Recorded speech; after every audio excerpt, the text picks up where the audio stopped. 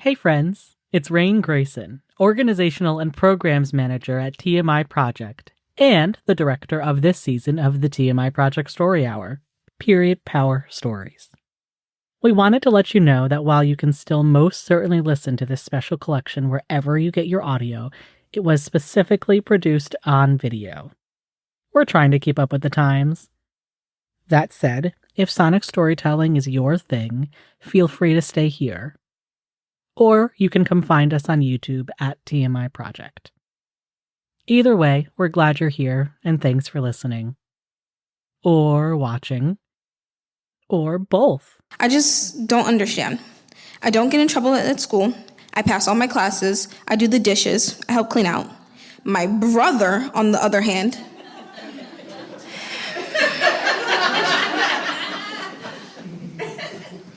he constantly drooled as a baby. He cried and fussed. And don't even get me started on how he peed everywhere. He was awful. So why am I the one being punished? Why is this happening to me? The TMI Project Story Hour presents the Period Power Stories podcast, where we tackle taboos about periods one story at a time. All storytellers are members of the Kingston High School Period Power Club, a group dedicated to destigmatizing menstruation, raising awareness of period poverty, and inspiring action to ensure free menstrual products for all students. In 2023, club members took a 10-session TMI Project True Storytelling workshop and wrote about their own experiences with periods. Now, we're sharing these stories to continue the conversation.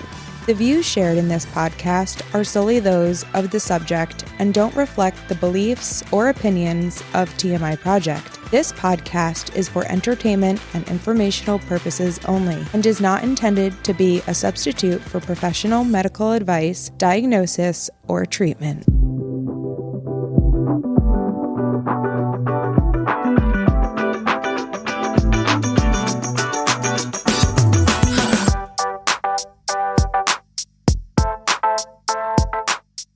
Hi, my name is Tina, and I am your host for today's episode. And with me, I have Divine, a current Kingston High School Period Power student, and past Period Power student and VP, Kat, who's now a sophomore at SUNY New Paltz. Welcome to the set. Hi. Hi. I'd like to start off by asking you both, tell us one thing that we don't know about you by looking at you. Something that you can't tell by looking at me is that I speak Russian and Spanish fluently. Awesome. And can you tell us your pronouns that you prefer? Any. Okay. Something you don't know about me when you're looking at me, I've been doing bass for basically 8 years now. Bass. Yeah. Awesome. All right. Divine, what pronouns do you prefer? She, there. Okay. I prefer she, her pronouns, and one thing you can't tell by looking at me is that I love houseplants. All right. A lot of these are mine. So maybe you can tell that by looking at me. So our topic for today's episode is all about period shame and stigma. One of the big things that we worked on tackling at Kingston High School over the last few years wasn't just education and advocacy, but it was really to tackle and eradicate period poverty and stigma. So in your own words, can you tell me a little bit about what has maybe been shameful or caused harm about your menstrual cycle and or period issues?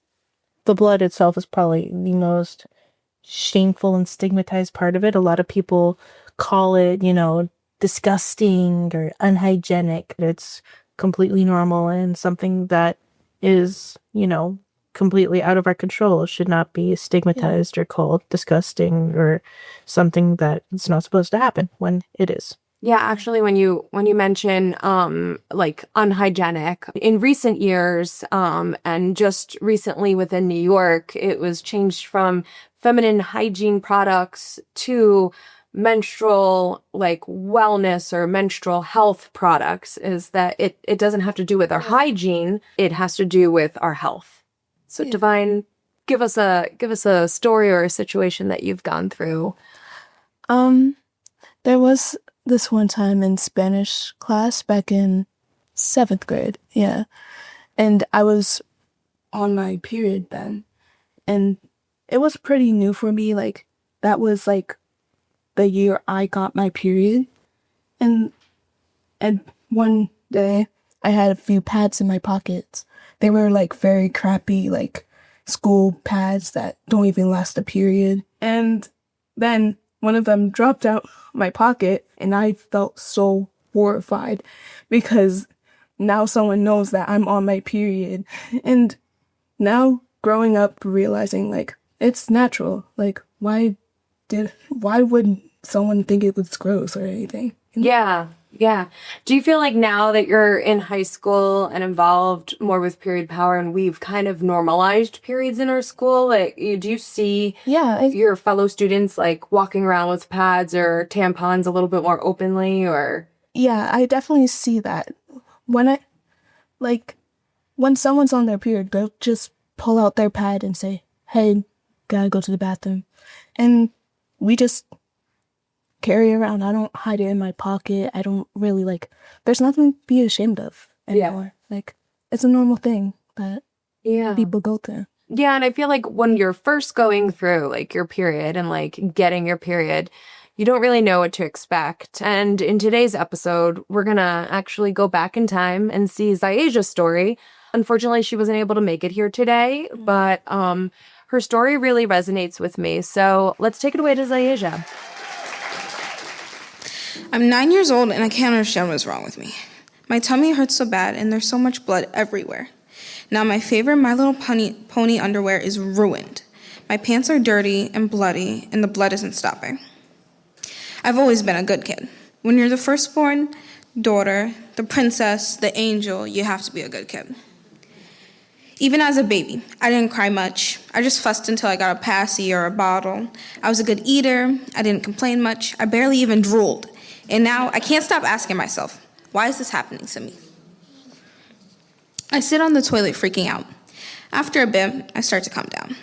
I remember hearing my mom complain about ruining her pants. I remember hearing my aunt cry every month about pain and randomly get mad at me for everything. Then I remember my mom's mini sticky diapers that me and my sister would play with. I start going through the cabinets looking for them, but all I can find are spray bottles and stinky cleaning supplies. But then I see it, a colorful box all the way in the back of the cabinet under the sink. I grab it and open the seemingly brand new box, and I was right, mini sticky diapers. I take one out. The only problem is, where the heck am I supposed to put it? I look at the instructions on the box. It has pictures that show me what to do. But I don't even have clean underwear to put on. And I'm not touching my bloody My Little Pony underwear with a 6-foot pole. So I do the simplest and quickest thing I can think of. I grab a bunch of toilet paper and wrap it around my hand at least 20 times and position it as a barrier between my pants and my profusely bleeding vagina. Then I grab a handful of those sticky mini diapers and shove them into my pockets. As I start washing my hands, I hear a knock. Panic rushes through me. I hear my father ask, "Are you okay?" I most certainly am not okay, but I say, "I'm almost done." Grab even more toilet paper, my stained underwear, and I wrap it up like it's some sort of Christmas present. Once I'm sure it's completely covered, I put it into the mini trash can by the toilet. Then I throw a single sock on top of it for good measure.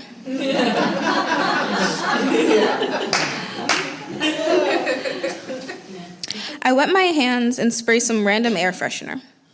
I wait a while before I put the pads into my backpack and change clothes. Somehow, I've successfully avoided any suspicion and I've gotten through the day, but I'm still very confused. I have no idea what is happening to me. And on top of that, I'm nervous that I'm going to bleed through my pants again and my dad will find out. I just don't understand. I don't get in trouble at school. I pass all my classes. I do the dishes. I help clean out. My brother, on the other hand,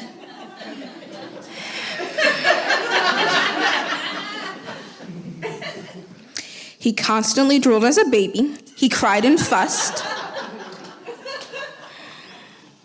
And don't even get me started on how he peed everywhere. He was awful. So why am I the one being punished? Why is this happening to me? I'm 16 years old now. Little did I know I would be hiding my period for months. My mother eventually found out, but it was humiliating. I was caught red-handed, literally and figuratively, and now had to deal with the consequences, getting the talk. It was not a good day. However, I do wish I came forward with the information earlier. I could have avoided months of feeling constantly anxious and scared. But I'm sharing my story now, though. So all the other kids out there who got their period at a young age never have to feel that way again.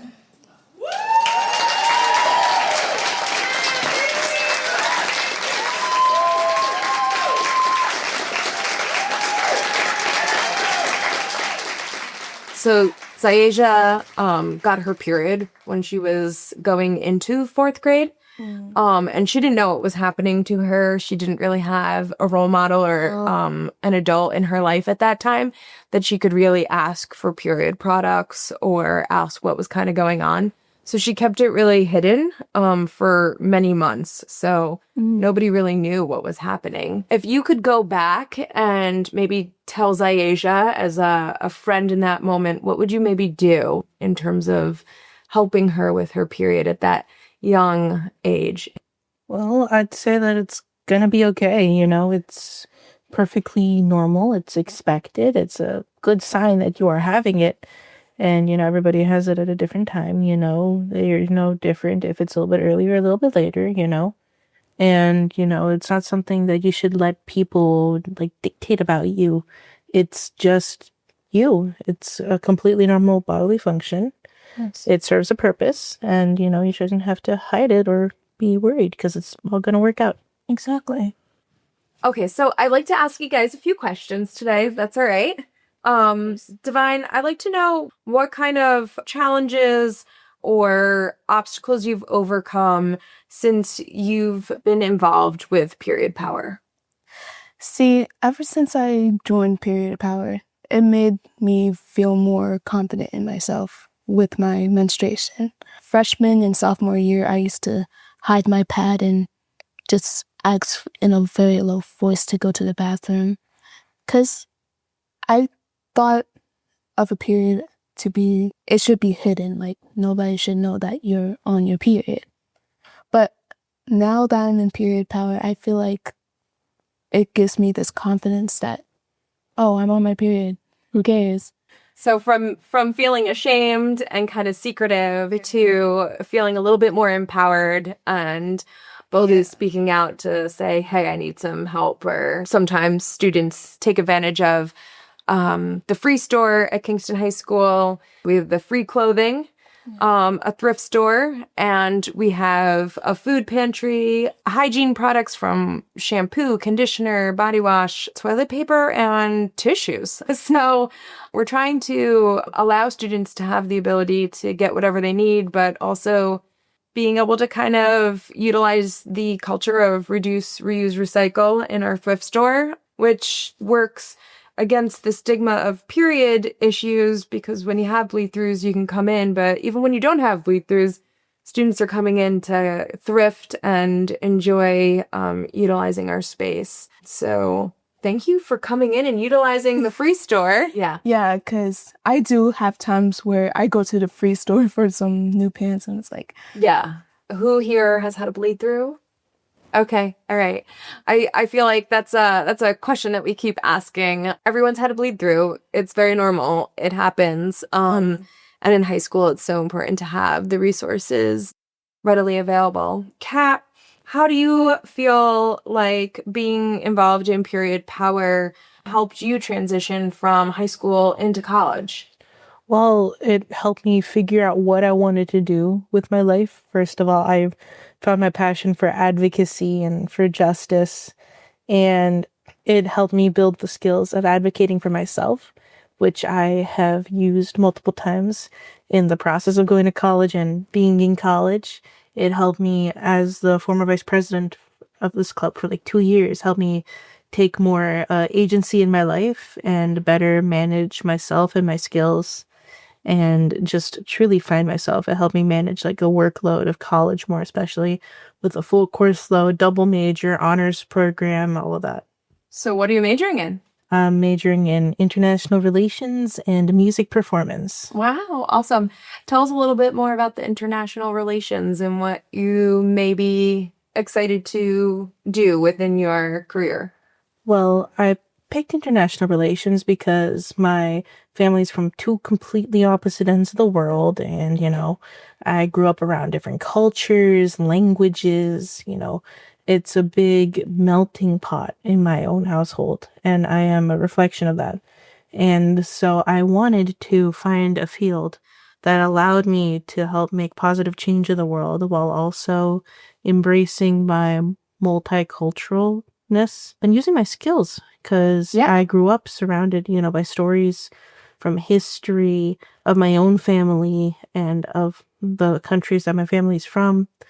And when I discovered inside myself that I wanted to go to law school and become an attorney, I figured what better field than international law? Yeah. Because I want to make a difference in the world. And a lot of the times, our international organizations are the way that peace is kept, that standards are held in member nations. And if I can help be a part of that and maintain a more peaceful balance of power across the world, then I will do whatever I can. It's awesome. So proud to hear that about you too. And knowing that part of your experience with period power is what kind of set you on that trajectory, and creating a space for you to not just advocate for yourself, but for other people all over the world. With your international relations degree, are you hoping to do anything with regards to period poverty? Well, absolutely. I mean, if I end up working in some sort of major international organization or even in some sort of government, I will have the platform to be able to advocate more for menstrual equality and awareness around menstruation. And depending on where I go, I can always help to introduce or support legislation that will help, remove taxes on menstrual products or provide free menstrual products in different settings, and basically do whatever I can to normalize the concept of menstruation to everybody. Yeah, thank you for that. Okay, so Xyajah shared a lot about her shame that she felt when she got her period. Do you have any moments in your own experience with menstruation that you felt similar sense of shame or discomfort? At home, I've always felt comfortable about my period. My household's full of medical professionals or former medical professionals, so it was pretty normalized. However, in school or surrounded by people that don't know, especially before I got involved in period power, there have been times where I was ashamed to mention, oh, I'm on my period, or I wouldn't even talk about it, because although my family is considered more progressive from where they're from, it's still, they got some old world values. And so that sort of thing is just not discussed. So there's definitely moments where I felt the stigma, even in my own home. There are times where you should not bring it up. I live in a very conservative house, so it's very Christian, and I have brothers who have very opposite values as me. So every time I'm on my period, they'll be grossed out, and they tell me don't even touch them because I'm considered unclean to them. And it kind of brings this shame into me, oh my God, I'm on my period. That's why I felt the shame at school, because my brothers judged me in my own home about my period, It sounds like we need to infiltrate a little bit, into their minds, little by little, and plant new seeds and gain their support. Well, last question. There's a clear theme in Xyajah's story of wanting to make sure no one else feels the way she did. Confused, alone, and ashamed. For both of you, what do you think needs to change in schools or our communities to make menstruation a less shameful and more openly discussed topic? I would definitely say bettering the sex education. Okay, what kind of sex education are we getting in school? Like, what does that look like? It's just in sex education, it was just covering like the STIs you can get and like how sex works. If you do this and if you do that, you're gonna get STI. And it's like, I feel like scaring people into not having sex is not gonna work. Make them stop having sex. Yeah, exactly. No, the entire thing's just like abstinence. And yeah, ideally, sure, not gonna happen with most people. So you gotta like prepare them. And they never really talk about how menstruation works. And that's what they really need. So we can create a more comfortable space for people on their periods. Yeah. And not just menstruators, everybody. You know, non-menstruators should learn about male anatomy and vice versa. It's an issue that affects everybody. And I went to a private school where most people had the talk. We didn't have anything like resembling that in middle school. We talked about like how to be friends, and we read the 7 Habits of Highly Effective Teens. That was our health class. It was ridiculous. I do love that book. We have it on our bookshelf. Oh yeah, no, not a bad book, but if that's the entirety of your health class in middle school, that's an issue. There's definitely no period talk in that. Absolutely. Which kind of brings me to maybe a follow-up. I'm going to share what kind of menstruation or period training I had. And then maybe we could talk about this real quick, because it is so rooted in like the fear, and shame. In 5th grade, we were separated. All the girls were put on this side of the gym. We had this like vinyl curtain that went down and, taped in the middle, and the boys were on the other side on the little scooters, having a grand old time. And we could like hear them having fun and playing in the gym while we watched a little TV.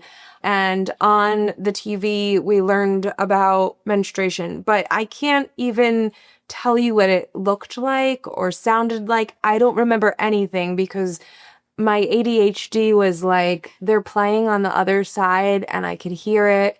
And I wanted to be a part of that. And I just totally zoned out. So that was my education at school. And then my mom took me out with my best friend and her mom, and we went to a hospital where we got a whole video, and we got like a little package with like different pads and tampons. And I really remember what that was like, but I still don't remember the video. I just remember the feelings of like, I'm going to get my period soon, and now I got a little package, and my friend is with me, and our moms are here, and it was like a whole thing, right? So I remember that memory, and the experience and the feelings. What did you remember and how did you feel from your period conversation? My grandmother was an OBGYN in the former Soviet Union. So I learned a lot of stuff really quickly and in great detail. My mom also told me, she's also a doctor. So just information, very technical, what it is, what function it serves. And then like in high school and health class, the closest we got was building a replica of the female anatomy out of foam blocks that interlocked. And then there was like a dancing 3D rendered penis on the screen. Actually, I don't even think they mentioned menstruation. Maybe very briefly. I don't remember seeing them show us a pad or anything. The closest we got to any sort of like gender divided education was during cancer awareness, where they made us feel a silicone breast for lumps, and the men got to hold silicone testicles, and it was a really awkward experience. Oh, okay. But still good education. But nothing regarding nothing about menstruation. Absolutely nothing. Yeah. Okay. I never really had the school talk. The way my mom actually found out was actually pretty funny, because I remember like going to the bathroom and while I was watching TV, and then I thought I cut myself, and I was like, oh, let me just get a Band-Aid. And then not even a few minutes later, like I feel something leaking, and I was like, oh my God. I was this close to calling 911, and then I realized, let me just hide this. It won't be that bad. Not even a week later, my mom found it. She yelled my name, like, Divine Grace. I was like, oh my God. Oh no, she used your middle name. I was like, oh no. So I walked into her room all scared, and she was like, lock the door. You know what your period is? No. And then I just started breaking down crying because like all that panic was there, and like I was just crying my eyes out. I was like, what am I supposed to do? Am I gonna die? She was like, shut up, you're not dying. But and she was like giving me the description of a period so vaguely. I don't even remember it. All I remember is like her giving me a piece of chocolate saying, you'll need this. You'll need this. You'll need it. You'll need this every time you get on it. I do suggest chocolate while on your period, but that's just my comfort food or any other comfort food. You know, some people like salty, some people like sweet. It's really a mix for me. It's either French fries or tater tots or chocolate. There's no in between. No in between. Okay. What about you? Favorite food? Oh, on my period, I do tend to crave savory. So usually just cheese, stuff with cheese in it. That's my go-to. Cheese stuffed with cheese with a nice savory rosemary cracker, maybe? Yeah, that or like my ideas, cheese empanadas. Oh, I love cheese empanadas. Oh, the ones you made were so great. Like, I was like, give me more. All right, these are some really great answers. Ladies, thanks for joining us. Our time is coming to an end, but before we end, I wanted to jump into a really fun exercise with both of you. It's called Reframe the Shame. We've talked a lot today about how society shames people for menstruating and how we can combat that shame by changing the conversation. So let's do just that. Some common phrases that often carry negative shame-based energy, we're going to take and reframe them into something positive and supportive. Are we ready? Yeah. All right. Here's the first one. Don't talk about your period. What's a way that we can reframe this into something that promotes openness and comfort? Well, if we could say, you know, periods are important to talk about, doing so removes the stigma around it. Maybe be mindful that some people may not take kindly to it, but, you know, some things need to be said. Yeah. I would say, like, this is definitely a topic I want to talk about right now. Perfect. Here's another one. Periods are gross. You're gross.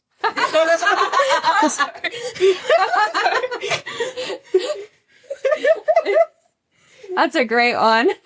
Stay dumb. You're gross.